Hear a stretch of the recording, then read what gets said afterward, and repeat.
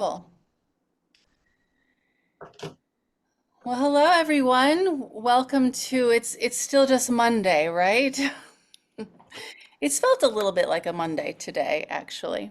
But my name is Ann Taylor, and I run the theater program at St. Andrews, direct the plays and the musical. I teach public speaking and acting, and I chair the arts department. This year, teaching at St. Andrews is my 33rd year at St. Andrews. So I might be able to answer some interesting questions that you might have along the way, if that helps. So Neil and I are going to start just with introducing ourselves, and then we'll talk a little bit more about our programs and then address questions you might have. So I'll hand it over to Neil. Hello, everybody. Good evening. My name is Neil Cunningham. Um, I've not been here 33 years. I've been here, this is my fourth year at St. Andrews. So I'm basically a senior. So I came in the same time as our freshman class, which is kind of nice to complete the cycle this year. I'm the director of athletics here, and I came here after a 25-year, 30-year college career. So this has been a great move for me and a very exciting time for athletics. So basically, we're maybe going to share with you a little bit about our philosophy about what happens in the afternoons. Really that 4 to 5:30, 5:45 time, which obviously also includes extended time for games, extended time for long dress rehearsals and performances. Maybe tell you some stories, success stories about kids along the way. And maybe we'll start with athletics. Yeah, so pretty much at 4 o'clock in the afternoon, the kids all migrate somewhere else from classrooms, from wherever else they are, into their afternoon activity of choice. So if it's a sport, whatever sport they chose to sign up for, that's the sport they head towards. So it's a 3 year sign. So it's a fall sign up. And then in a couple of weeks, right before long weekend, we'll list all the things on offer for the winter, give the kids time to maybe go home and talk about it with their parents or somebody at home. And then that next season starts November 10th. So they'll go home, they'll sign up, they'll pick a sport they want to do. Then November 10th starts officially the winter season. That runs through the holidays. It runs till around the end of February. And then sometime in early Feb, we do the spring sign up. So the same thing, we list all the things that are available. Kids sign up, and then they'll start that sport in March, and that will take them right through till the end of school in May. So it's 3 times. If they've already signed up for things, sometimes the ninth graders will sign up in the summer. Whatever they signed up for, it doesn't really matter. They just basically re-sign up. So when it goes out in a couple of weeks, they'll sign up again for winter in the activity of their choice. There are lots of sports, lots of levels. So in most of the sports we have a varsity team, we have a JV team, and sometimes we have a thirds team or a developmental team. We don't cut. So they will end up on one of those teams and compete against other schools. We do some in-house stuff. And that's basically the way the athletics piece runs. And if I can give you an example of tomorrow, so Tuesday, tomorrow, we have it's a conference matchup. So we're playing the same school tomorrow. So we're taking 2 soccer teams to Sanford, a field hockey team to Sanford, 2 volleyball teams to Sanford, and then 1 Sanford team's coming here. So that's our day tomorrow. So we got about 6 teams competing tomorrow against 1 school in various sports. Again, lots of levels. So varsity plays the full amount of games. JV plays a few less games. Thirds plays a few less games. That's typically the way the schedule works. We got lots of coaches, lots of kids signed up.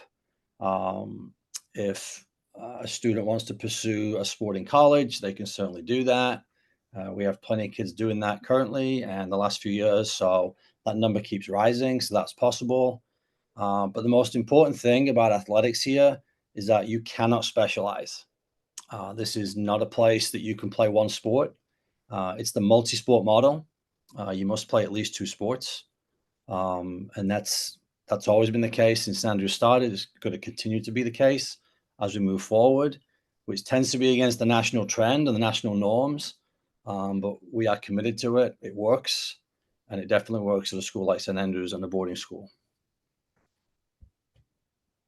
Okay, Anne, over to you. The other big option students have in the afternoon is to do theater. And there are all sorts of reasons that a student might choose theater. Obviously, they might just enjoy doing theater. And so I have plenty of students who they've done lots of theater in middle school and they want to continue. Now, there is still obviously a sports requirement. So freshmen and sophomores are allowed to do one activity per year. So they could be in one play or they could be in one musical for the year. Otherwise, they need to be maybe on the soccer field or basketball, whatever it is that they choose. Juniors and seniors can do two activities. So someone might want to be in the musical and do a play.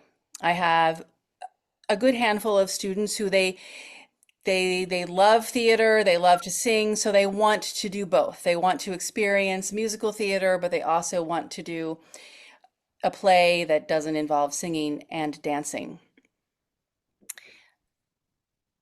So there are the students who already come here loving theater and they want to continue.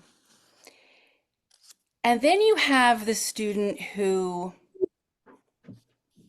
maybe they've never really excelled at a sport and they don't really know where to land.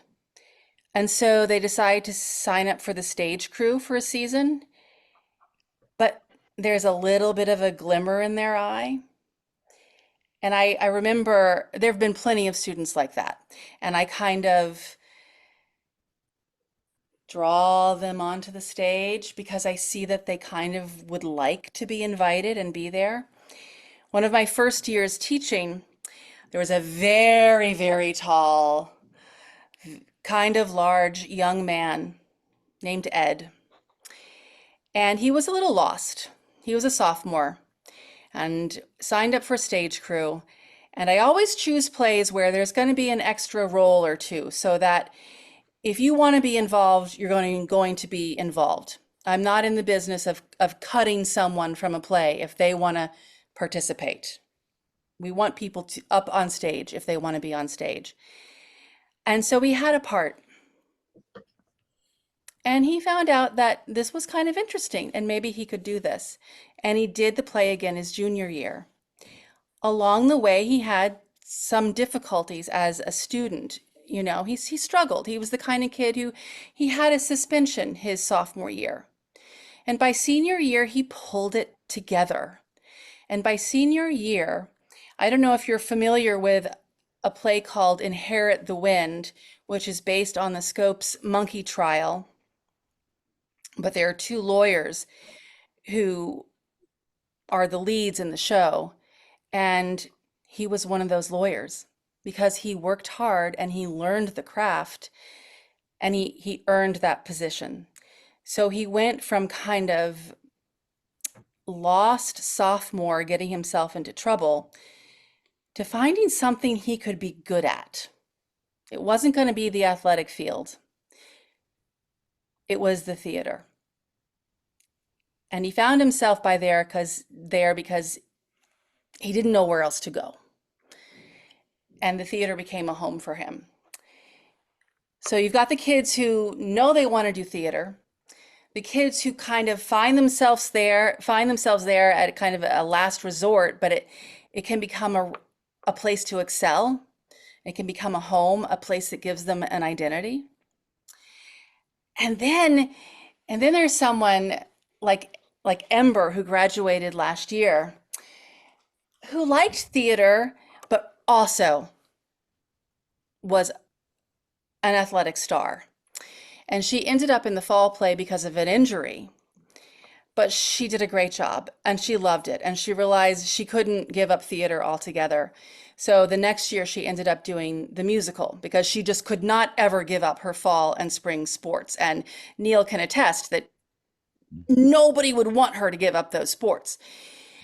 And she was not really a gifted singer, but she worked really hard every year. And then by her senior year, she earned and deserved, leading role in the musical. So we have a breadth of students that end up doing theater. And you might be surprised sometime that, oh my gosh, my son or daughter is going to be in a play.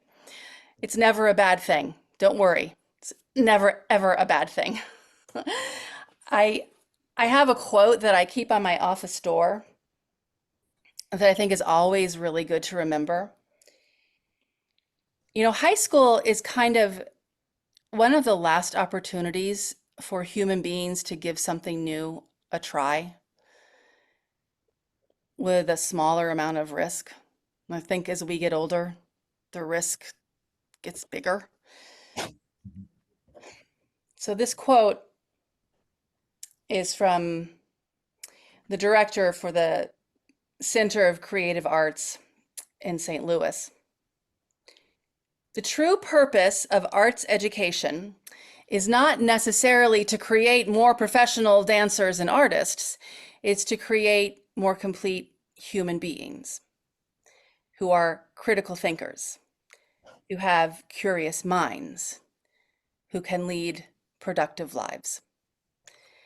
And that's what we're in the business of doing at St. Andrews. And afternoon theater plays a part in that. I don't know if you want to add anything at this point, Neil, or Yeah, I'll just make one comment that it's funny you use the word try. And the great thing about the multi-sport model is we encourage kids to try something. And we have sports that they've never tried here. We have water, we have a crew team. Most kids have never been in a boat on the crew team. So it's a wonderful opportunity to do something completely new in the spring. Um, we have 65 kids play squash. Squash is not a sport that a lot of schools offer or that kids have been exposed to. And we have a kid, our best squash player, uh, will travel the world over the holidays playing in tournaments. And our lowest level squash player um, gets a racket. We give them a racket. We say, get in the court, go have fun. And they learn how to play. They learn the rules. They learn the etiquette of squash, and they continue to play, which is wonderful. So again, it's all levels and there's lots of things. So the ability to try something is always going to be there. Tennis is another great one. Tennis is a sport you can play when you're 90. So picking up tennis, understand the rules of tennis, understand etiquette to tennis, and finding somebody to play with is a wonderful thing to have. And that's the beauty of exposure to different things and encouraging kids to try. yeah. And Neil and I try to live by that. I mean, the students don't really see me try sports, but I did 2 summers ago try pickleball. I didn't do very well, but I did try. And Neil did make an appearance in a faculty play. Did a great job. So we try to practice what we preach. So we had a winter play and nobody signed up. So we Right. turned it into a faculty play. Yes.